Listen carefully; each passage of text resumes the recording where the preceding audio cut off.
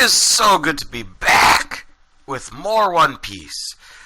If you guys noticed, last week's chapter review was a little late, copyright issues, but they're all solved, so I am back in action, ready to go. Of course, that doesn't mean you can't still support the Patreon, and if you guys want, check out the new gaming channel I put on. I'll discuss that more in my next channel update, but for now, let's get into One Piece. Chapter 856, Hey Mother. Which is honestly not a bad chapter at all. I mean, it'd probably be a little bit better if, we weren't on break. But we got to see Cavendish in the little story again. Pictured himself as a child, as a lady killer. And we get to see, the Semelion, who has joined the crew after Dressrosa. So that's nice. I wonder if we're going to go deeper into Cavendish or go to the others. Maybe they'll get their own little mini arcs.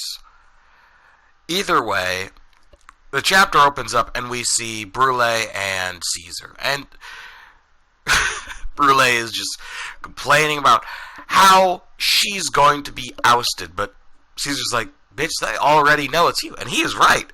They literally do already know it is her. So she is fucked. And Caesar's complaining about how he's going to get back at his oppressors. But honestly, I feel like he's warmed up enough to them to an extent that's more of an empty threat at this point. And speaking of empty, Big Mom's head is fucked. I mean, wow, she has nothing going on right now. It's kind of sad. And honestly, I'm going to talk a lot about Big Mom this video. The second half will basically just be a discussion on Big Mom and the future of her in this arc and future arcs. Because honestly, things are about to get crazy. But first, let's go into the Vinsmokes. I want to do them, then Katakuri, then Big Mom.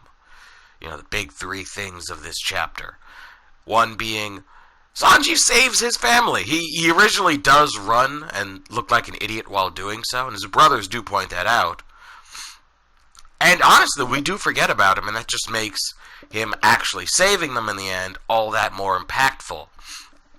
Reiju's proud of her her little brother. Almost said big brother. She's proud of Sanji, and it's a very touching moment. The brothers are just matter of fact. They really don't care. And Nami's like, just do you. You're free from the candy. You know what's up. Get the fuck out of here. So, Sanji, he's just standing there looking like a badass, and his father's just looking in awe. And it is fucking beautiful. I mean, seriously. It is literally crazy. And I can't wait to see Judge and Sanji's next reaction. Probably not going to be next chapter, because next chapter is, at least for the most part, going to be a flashback. You guys know what it is, but I'll get more into that when we get to it. But for now, it's just Sanji saved his family. Case closed on that point.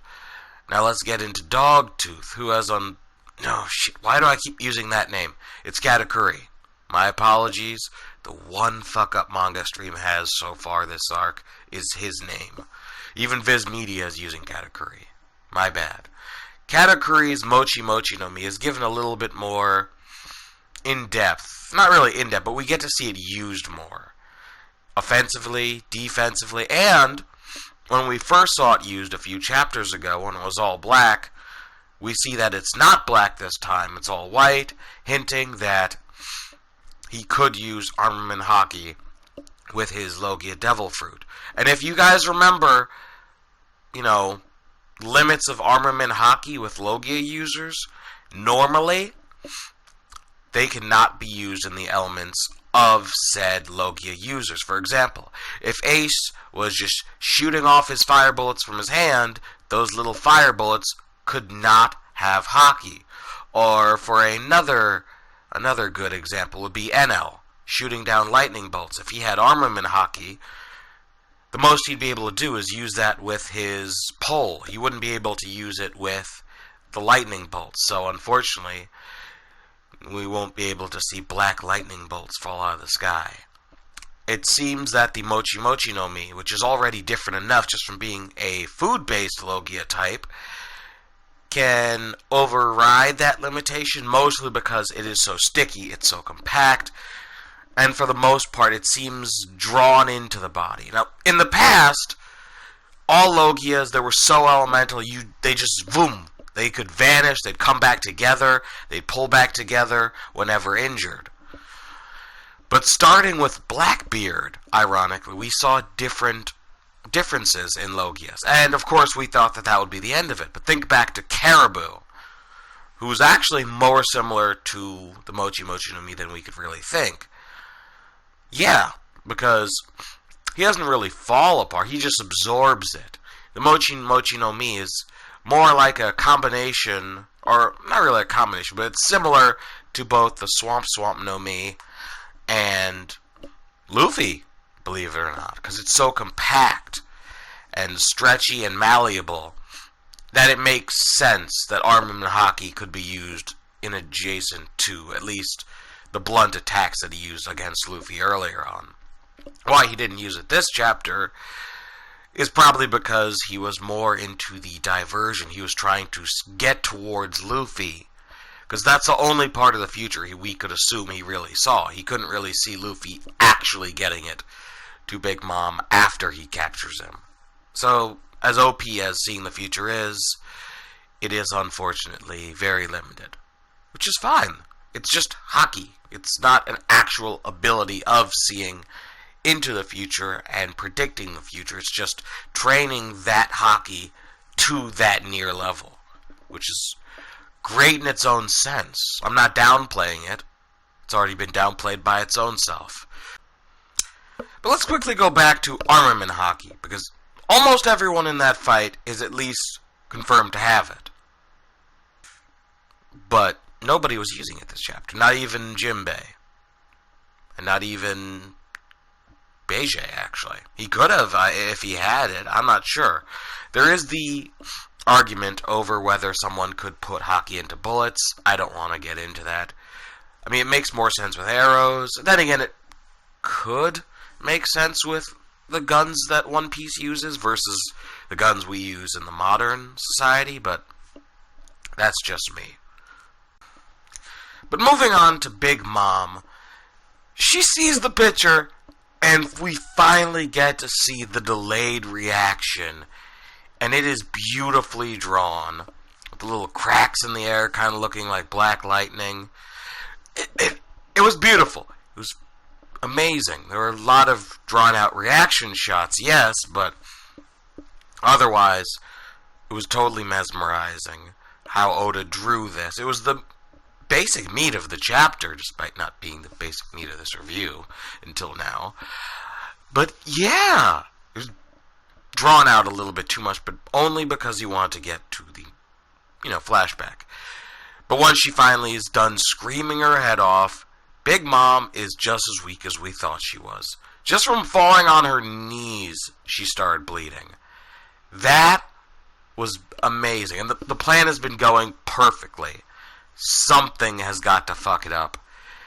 I don't know what it's going to be. It might be as soon as the plan is, as soon as they shoot her, basically.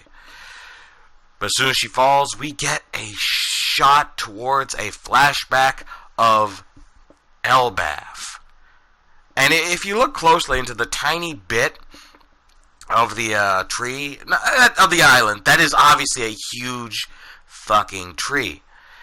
And considering Elfab is based, it's Elbaf is based off of Vikings and Norse mythology, I'm assuming that tree is based off of the world tree Isadril, I think. I'm terribly butchering it up.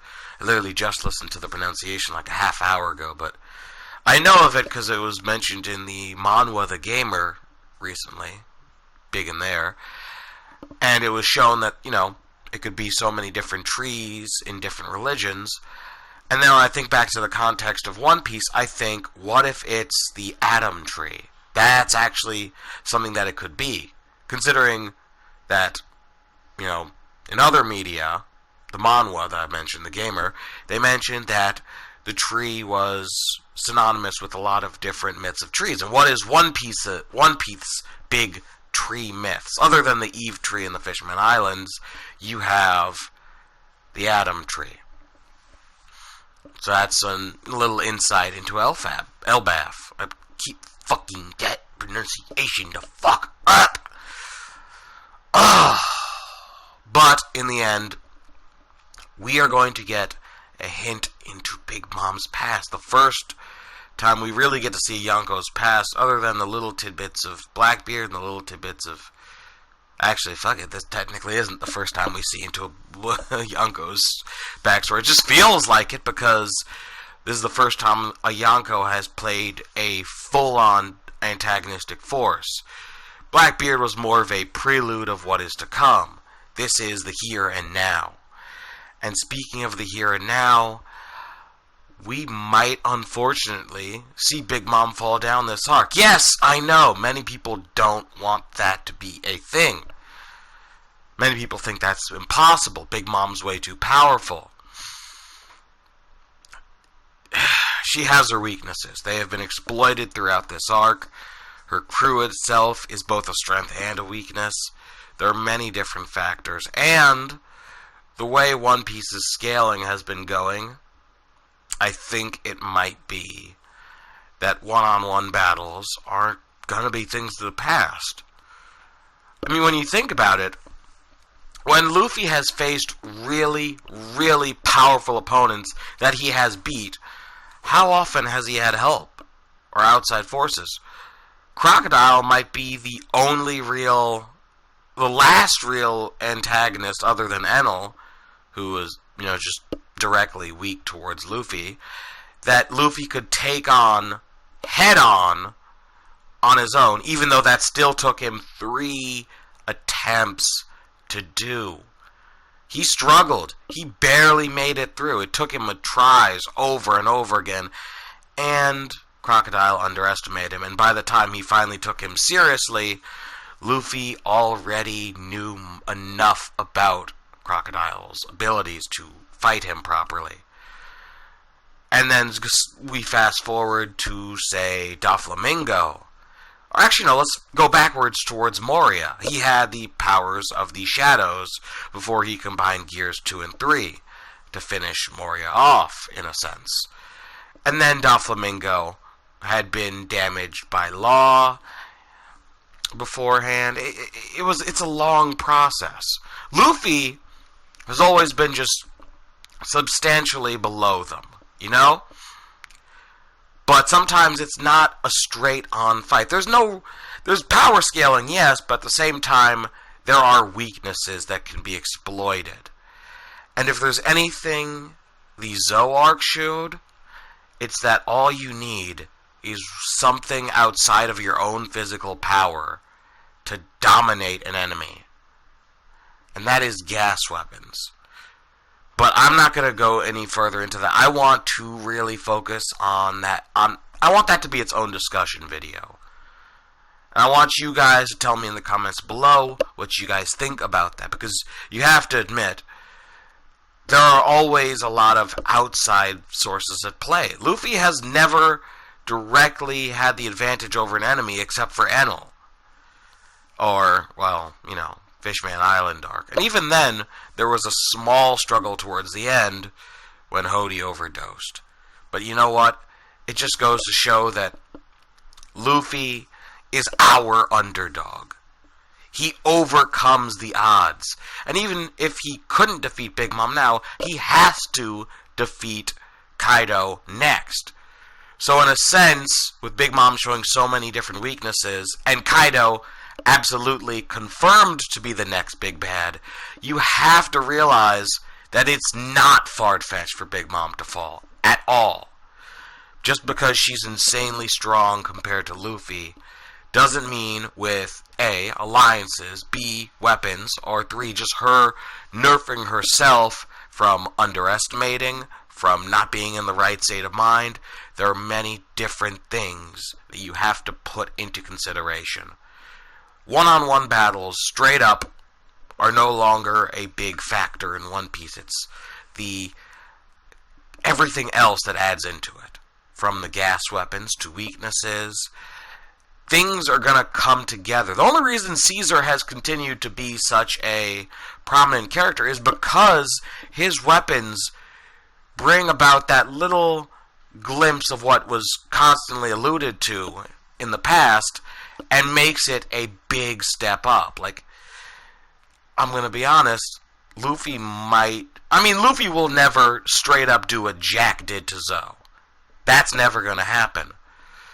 But there is a very big focus on alliances for a reason. I'm going to end the discussion there. What do you guys think about the flashbacks? I mean, sucks that we're not going to see it for 2 weeks, but what do you guys think about that? What do you guys think about one-on-one fights in the future of One Piece? Please make sure to check out the discussion when I actually do that. And don't forget to subscribe if you haven't. I know a lot of you guys have seen my content before, so please support. And also, if you guys are interested in gaming content, I will be putting content on the new channel. So thank you guys. Hope to see you guys next time. Till then, peace.